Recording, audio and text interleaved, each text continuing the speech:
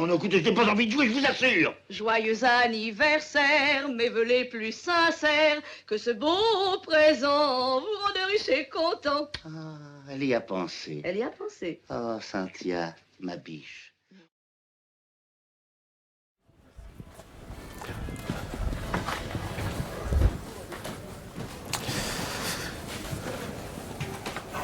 Ben, je vais vous parler de deux des derniers livres qu'a produit notre maison d'édition, les éditions de la librairie des territoires. Il s'avère que lors d'une action avec des jeunes qui étaient en rupture scolaire, une action financée par la CAF, on a croisé deux jeunes, Fiona et Laura, et on s'est rendu compte, après les avoir vues pendant des mois, qu'elles écrivaient sur les difficultés qu'elles avaient rencontrées dans leur jeunesse avant 18 ans. Hein. Et donc Fiona, elle a été d'origine guatémaltèque, elle a été adoptée par une famille gersoise et dans ce cadre-là, elle écrit les difficultés qu'elle a eues à être adoptée, les difficultés qu'elle a eues à retrouver ses racines, les difficultés qu'elle a éprouvées le jour où elle est revenue au Guatemala et elle s'est rendue compte que l'adoption ne s'était pas passée dans des conditions les plus déontologiques. Et donc cette écriture, c'est une écriture coup de cœur par rapport à sa vie et en fin d'ouvrage, c'est un chapitre sur les questions que pose ce genre de situation. Mais dans le deuxième livre, Laura aussi, qui quitte l'école à 17 ans, qui quitte le lycée à 17 ans, amoureuse folle d'un garçon, un jour, il ne rentre pas. Pendant 3 jours, il ne rentre pas et elle découvre qu'il est en prison.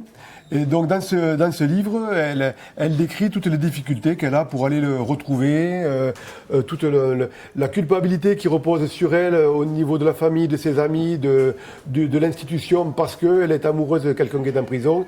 Et donc 2 livres très, très touchants, écrits par des jeunes. Et je pense que ces ouvrages, ça leur a permis de prendre confiance en elles et d'aller plus loin dans leur vie, puisque une maintenant est animatrice et l'autre va mener, grâce au soutien de la préfecture du Gers, une action auprès des femmes compagnes de prisonniers.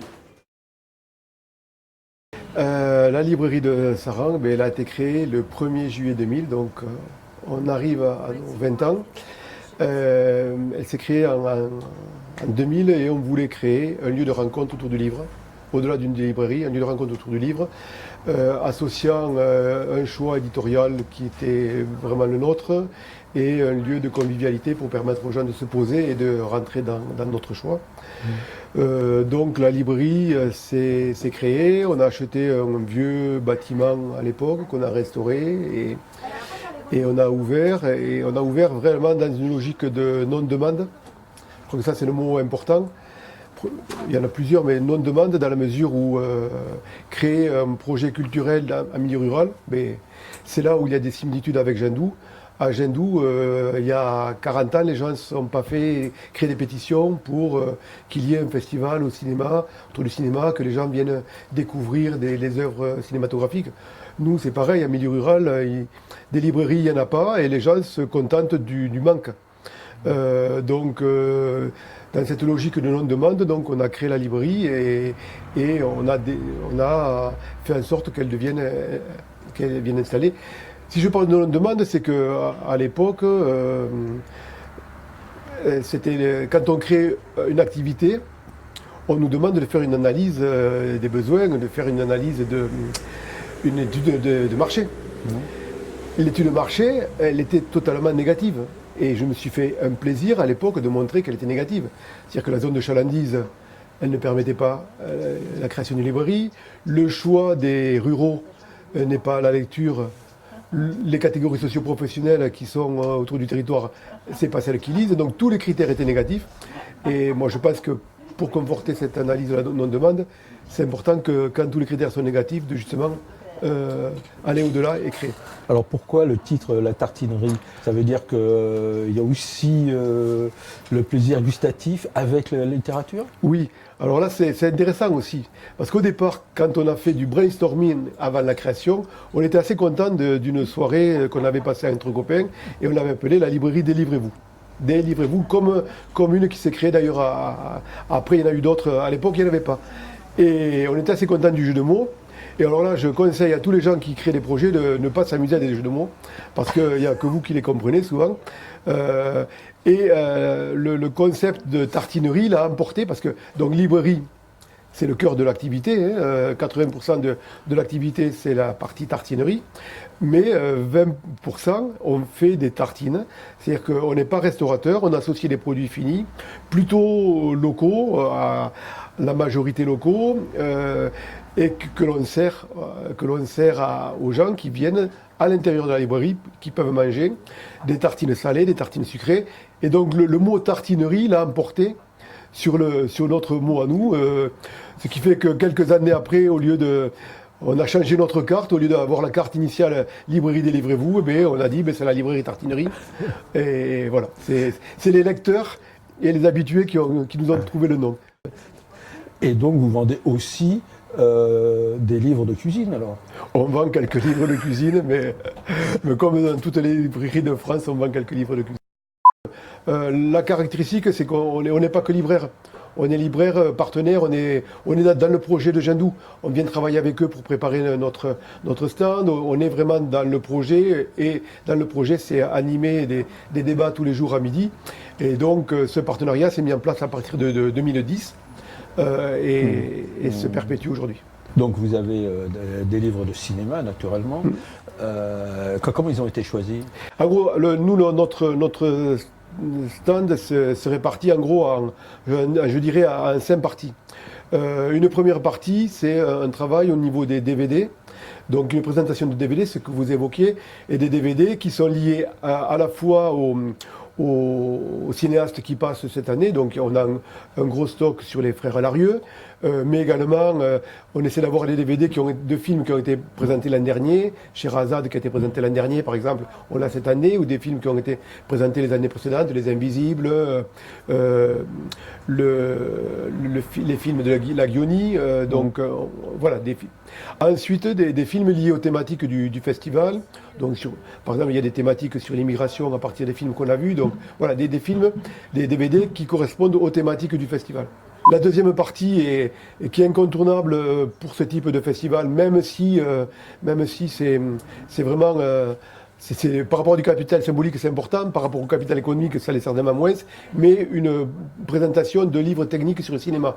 Donc on a les collections d'Armand Collin, essentiellement, de Duno, de Dixit, des livres sur la mise en scène, sur le scénario, sur l'écriture de la musique, sur le son, et des livres aussi, quelques livres des biographies, de travail sur Ken Loach, sur le cinéma militant. Et chaque fois, on adapte par rapport aux thématiques. C'est-à-dire que cette fois-ci, on a plus de livres sur le cinéma militant qu'on a eu d'autres années, par exemple, parce qu'il y avait un zoom cinéma militant. Ça, c'est le deuxième pôle. Le troisième pôle, c'est des livres liés aux thématiques du festival. Par exemple, on a une dizaine de livres sur la problématique Digan, liée à un film qui est passé hier ou avant-hier, sur des Diganes, sur un groupe de musique Digane du côté de Forbach, dans l'est de la France. Voilà. À côté de ce pôle-là, est complémentaire un gros rayon jeunesse. Là aussi lié au côté familial du festival. Et le dernier pôle, c'est des livres liés carrément à des auteurs qui sont venus pendant le festival, ou des thématiques beaucoup plus proches. Un livre de Pierre Laborie en liaison avec le film qui a été présenté par son fils. Des livres d'Alain Monnier puisqu'il est venu. Des livres de Bernard Blancan puisqu'il est venu. Des livres autour de l'œuvre des frères Larieux. Notamment Incidence, dont est issu le film qui est présenté ce matin. D'accord. Il y a aussi des revues. Vous avez Cinéma Action. On a aussi quelques revues, Ciné Action, on a les cahiers du cinéma. Je dirais que...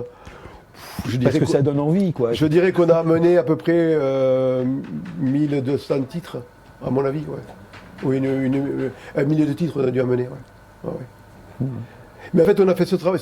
Je crois que c'est un peu des particularités de la librairie, c'est-à-dire qu'être partenaire sur les manifestations extérieures, en gros, c'est une commande des organisateurs. Les organisateurs, ils n'attendent pas qu'on vienne ici pour avoir 4 DVD des Frères Larieux, et ils attendent qu'on ait une librairie qui corresponde vraiment à l'identité du festival et au message qu'ils veulent faire passer, et que la librairie soit totalement complémentaire.